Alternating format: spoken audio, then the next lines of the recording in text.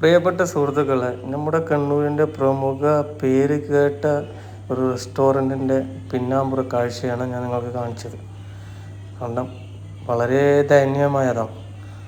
ഡ്രെയിനേജിൻ്റെ വെള്ളമാണ് അവിടെ കെട്ടിക്കിടക്കുന്നത്. നമ്മൾ ശ്രദ്ധിച്ച് നോക്കിക്കോ.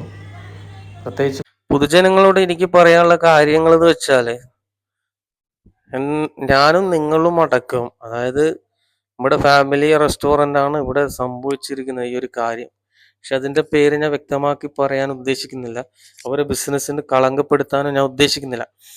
കാര്യം എന്താ വെച്ചാൽ, നമ്മളിൽ പല ആൾക്കാരും, ഏകദേശം 80% ആൾക്കാരും ഹോട്ടലുകളുടെ മോടി അല്ലെങ്കിൽ പുറമേയുള്ള ഭംഗി കണ്ടിട്ടാണ് കയറാറുള്ളത്. പ്രത്യേകിച്ച് നല്ല രീതിയിലുള്ള പെരുമാറ്റങ്ങൾ, നല്ല രീതിയിലുള്ള ഫുഡ് എന്നുള്ള രീതിയിലാണ് പല ആൾക്കാരും, നമ്മളിൽ 80% ജനങ്ങൾ ഹോട്ടലുകളിലേക്ക് കയറുന്നത്. പക്ഷെ എനിക്ക് പറയാനുള്ളതെന്ന് പറഞ്ഞാൽ, നമ്മളും ചില ആൾക്കാർ, നമ്മളിൽ പോലെ കുറേ ജനങ്ങൾ ഇതിൽ വഞ്ചിതരാകുന്നുണ്ട്. കാരണം ഇത് നമ്മുടെ ഒരു കണ്ണൂർ പേര് കേട്ട ഒരു റെസ്റ്റോറൻറ്റിൻ്റെ അവസ്ഥയാണ്.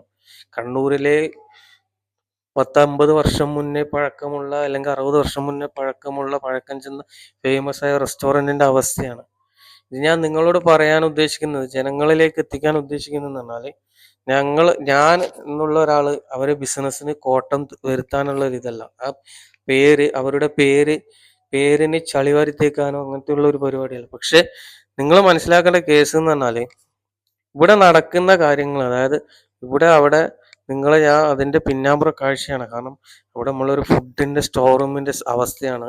ഫുഡിൻ്റെ പ്രൊഡക്ട്സ്, ഫുഡിൻ്റെ മെറ്റീരിയൽസ്, സാധനങ്ങൾ ഇവിടെ സ്റ്റോർ ചെയ്യുന്ന സ്ഥലത്താണ് ഡ്രെയിനേജ് ഓപ്പൺ ആയിട്ട്, ഡ്രെയിനേജ് ഫുള്ളായിട്ട് വെള്ളം ഔട്ടായി കിടക്കുക. അതാണ് നിങ്ങൾക്ക് ഞാൻ വീഡിയോയിൽ കാണിച്ചു തന്നത്. കാരണം നമ്മൾ എന്ത് വിശ്വാസത്തിലാണ് നമ്മൾ ഓരോരോ റെസ്റ്റോറൻറ്റുകളിലേക്കും പോയിട്ട് ഭക്ഷണം കഴിക്കുക. നമ്മളിതൊന്നും അറിയുന്നില്ല. സാധാരണ പോയിട്ട് ഒരു ഹോട്ടലിൽ പോയിട്ട്, റെസ്റ്റോറൻറ്റിൽ പോയിട്ട് നമ്മൾ ഫുഡ് കഴിക്കുമ്പോൾ എങ്ങനെയാണ് ഇവർ ഫുഡ് ഉണ്ടാക്കുന്നത്, ഏത് രീതിയിലാണ് ഉണ്ടാക്കുന്നത്, ഏത് രീതിയിലുള്ള വെള്ളം ജലം ഉപയോഗിച്ചിട്ടാണ് ഇവർ കഴുകുന്നത്, നല്ല വൃത്തിയുണ്ടോ, ഇതുണ്ടോ. നമ്മൾ പുറമേ കാണുന്ന വൃത്തി നോക്കിയിട്ട്, പുറമേ അലങ്കരിച്ച അല്ലെങ്കിൽ ഫാൻസി ടൈപ്പ് ഹോട്ടലുകൾ, അല്ലെങ്കിൽ പേരുകൾ, നാമകരണം കൊണ്ടുള്ള ഹോട്ടലുകൾ, അതെല്ലാം അന്വേഷിച്ചാണ് നമ്മൾ പോകുന്നത്. ഇതുപോലെയാണ് കണ്ണൂരിലെ പല ഹോട്ടലുകളുടെ അവസ്ഥ. ഞാൻ ഇന്ന് ഇത് കാണാൻ കാരണം എന്ന് വെച്ചാൽ, നമ്മൾ വിശ്വസിക്കുന്നില്ല. നമ്മളെ വിശ്വാസം എന്നുള്ളത്, ഒരു നല്ല രീതിയിലുള്ള ഫുഡ് നമുക്ക് സപ്ലൈ ചെയ്യുന്നുണ്ട്, ഫുഡ് നല്ല രീതിയിലുള്ള ഉണ്ടാക്കിയിട്ട് നമ്മളെ കഴിപ്പിക്കുന്ന ഒരു ഹോട്ടലുകളാണെന്നാണ് വിചാരിച്ചത്. പക്ഷെ ഇത് ഞാൻ കണ്ടൊരു ഷോക്കായി. കാരണം അത്രയും വെള്ളം ഔട്ടായിട്ട്, ഡ്രെയിനേജിന്റെ വെള്ളം ഔട്ടായിട്ടും ഇവർ ഇതുവരെയായിട്ടും അതിൻ്റെ ഒരു ക്ലിയർ മെത്തേഡ് കൊണ്ടുപോയിട്ടില്ല. കാരണം ഇത് കാണാതിരിക്കാൻ വേണ്ടിയിട്ട് അവർ ഗ്രീൻ ഷീറ്റ് ഇട്ടിട്ട് ഗ്രിൽസ് കവർ ചെയ്തിട്ടുണ്ട്. അതൊരു പോയിന്റ് നിങ്ങളോട് ഞാൻ പറയാൻ കാരണം എന്താണ്, ശ്രദ്ധിക്കുക. നമ്മൾ കഴിക്കുന്ന ഫുഡ് നമ്മൾ ശുചിത്വമുള്ളതാണോ എന്ന് അത് ഉറപ്പുവരുത്തണം. കാരണം ഈ മാനേജ്മെന്റിനോട് പറയാനുള്ള കാര്യം എന്ന് വെച്ചാൽ, നിങ്ങൾ ചെയ്യേണ്ടത് നിങ്ങൾ ആ സമയത്ത് ചെയ്യണം. കാരണം നിങ്ങളെ പേര് കളങ്കപ്പെടുത്താനുള്ള ഉദ്ദേശം കൊണ്ടല്ല ഞാൻ വീഡിയോ ഇട്ടത്.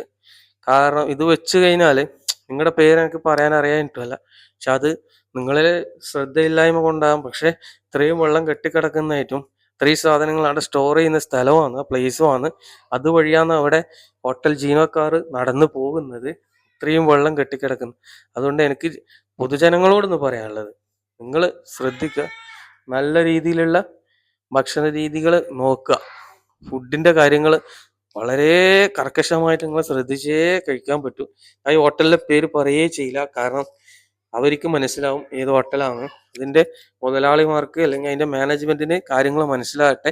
അവർ അതിന് രീതിയിലുള്ള തുടർ നടപടികൾ സ്വീകരിക്കട്ടെ. ഓക്കെ, വീണ്ടും കാണാം.